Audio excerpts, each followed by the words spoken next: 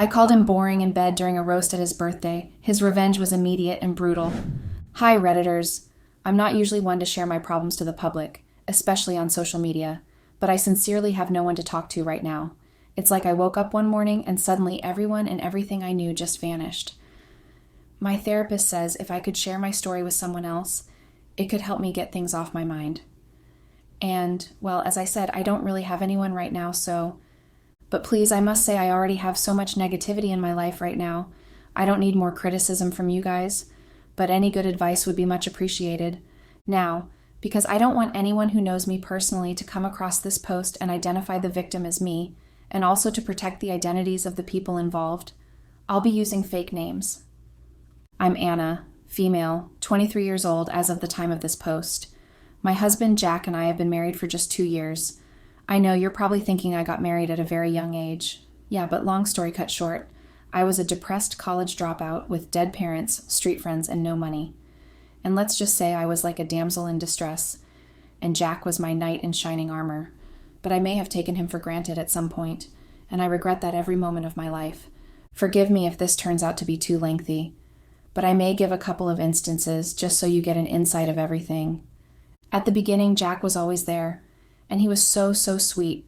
Being a stay-at-home wife, I had no source of income, and Jack never pressured me to even get a job. Sometimes I think he preferred having me at home. He said he didn't want me to be stressed out, so I just stayed home while he worked for both of us.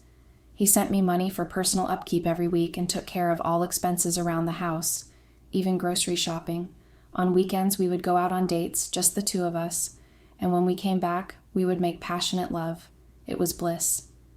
But when Jack got promoted at work, I started losing my edge and slipping into loneliness again. He was suddenly so busy. Some nights he would come back from work really late, and eventually our sex life began to destabilize. I know now that it wasn't something he could control. He had a wife who did nothing but wander around the house all day. Of course he had to work twice as hard just for me to live lavishly. During his lunch breaks, he would call, and whenever he had the time, he would try to make me happy, take me out to places and satisfy me in bed. I know this may sound selfish, but I wanted more. Most times he was so tired when he came back that touching me was kind of the last thing on his mind. And whenever I pushed, he would, but I could tell he wasn't feeling it. I know he was always tired from work and stuff, but did it anyway just to please me. It's just, at the time, I couldn't bring myself to understand. I began to feel he didn't love me as much anymore. I began to interpret everything the wrong way. Now that I think of it, maybe if I had just spoken to him about it, we would have found a way to resolve or at least mitigate the issue, but I was too stupid to think in that direction. So I too began to retract. I felt if he didn't care that much anymore, I would also act the same. I stopped going for therapy. Worst of all, I reconnected with my old street friends, and they welcomed me with open arms, probably because they knew I had married into wealth. So I went back to my wayward life, except this time I had money, lots from Jack, and drinking became a habit again. Gossiping and talking trash about people, including my husband, became an everyday ritual. In our group, I was closest to Jane. I used to tell her everything. So when I kept complaining to her about Jack's lagging behavior in relation to our sex life, she urged me to try other men if mine wasn't giving me what I wanted. I know, bad advice. And I was reluctant at first, because deep down I loved Jack so much, or so I thought, and I knew he loved me too, and he had done so much for me anyway. Jack started noticing me slipping away. He tried to make small conversations with me occasionally, but I turned him down. He tried coming home early sometimes, but most times when he came, I would be out drinking with my friends, only to return home and find him restless in the sitting room, waiting for me. And in the morning, he would make me hangover soup. Even when I was at my worst, he was so tolerant.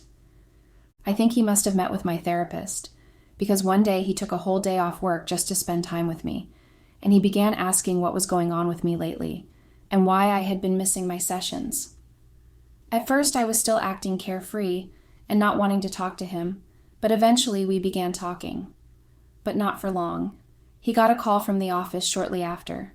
He then apologized and told me it was an emergency, gave me a kiss on the forehead, and promised he'd be back early. I waited all day, or at least for the most part. By the time the sun went down, Jack called. He said he was sorry, but he'd be back later than he thought. I was so pissed, instantly. So I hung up on him and switched off my phone. Without thinking, I decided I would join Jane and the rest that night. I had canceled all plans I had with them earlier that afternoon, but at that moment, I was so mad at Jack and sad at the same time that I didn't really care anymore. When I got to the party, Jane and the guys were surprised, but happy to see me all the same. She noticed I was kind of down and asked what was wrong with me. When I didn't give her an answer, she left me and returned with another of our friends, Larry. Larry was a high school classmate of mine who had had a crush on me for like forever. Maybe it was just an infatuation or he only wanted my body, but whatever it was, Jane knew. I never really took any interest in him, though. He just wasn't my kind of guy. But I was so vulnerable at that moment that I may have even ignored all that and the fact that I was married. All I wanted then was to feel seen, to feel wanted, and Jack wasn't making me feel that way. Larry and I took a lot of shots together, and he began to give me the look. It was the same look Jack used to give me once upon a time, the look that said he wanted me so bad, and I liked that. I didn't realize when I just started kissing him, but even when I did, I didn't stop. One thing led to the other, and the next minute, I found myself in bed with him. When I woke up the next morning, I felt so ashamed and guilty. I was drunk and vulnerable when it all happened. I didn't know what I was doing. I told myself I'd tell Jack everything when I got home. He deserved much more than a cheating whore. But when I got home, Jack wasn't there. I only saw a note that said, "Drink me," beside a bowl. It was hangover soup. There were also pills beside it, and while that was sweet of him, I really wished he had just waited for me.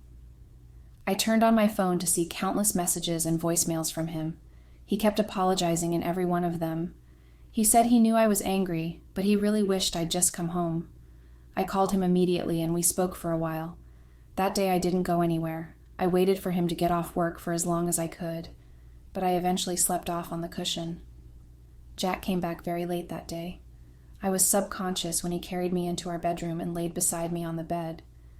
I wanted to open my eyes and ask him how work was, maybe chat a little, but my eyes were too heavy, so I just figured we'd talk the next day. I still had it in mind to tell him the thing with Larry. But early the next morning, Jack gently woke me up from my sleep. I wasn't fully awake, but I heard some words like flight and this morning. Then my eyes really shot open. What did he mean he was traveling?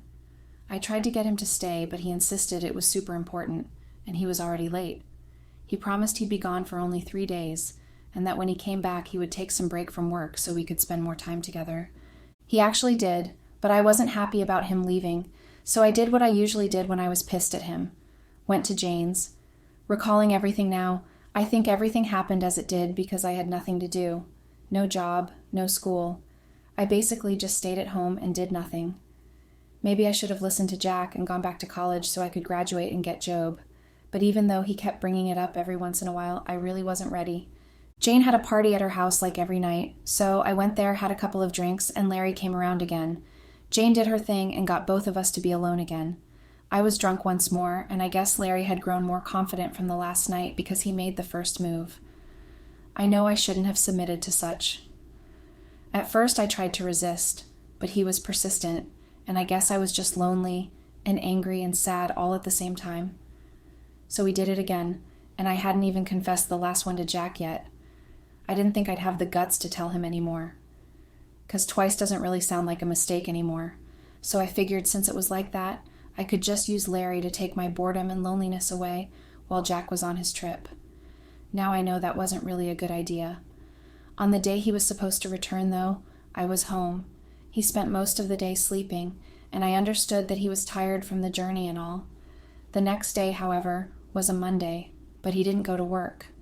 Thankfully, he had taken a week's break from work, and I was happy about that because his birthday was that same week.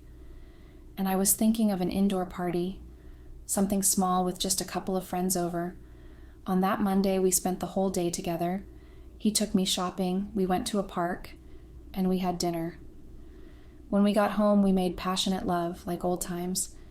Things seemed to be going back to normal, though once or twice, thoughts of Larry and our time together crawled back in. And on his birthday eve, as we were making love, I heard myself call Larry's name. I sincerely don't know why I did that, and Jack heard me too. He stopped instantly. He asked who Larry was, and I said no one.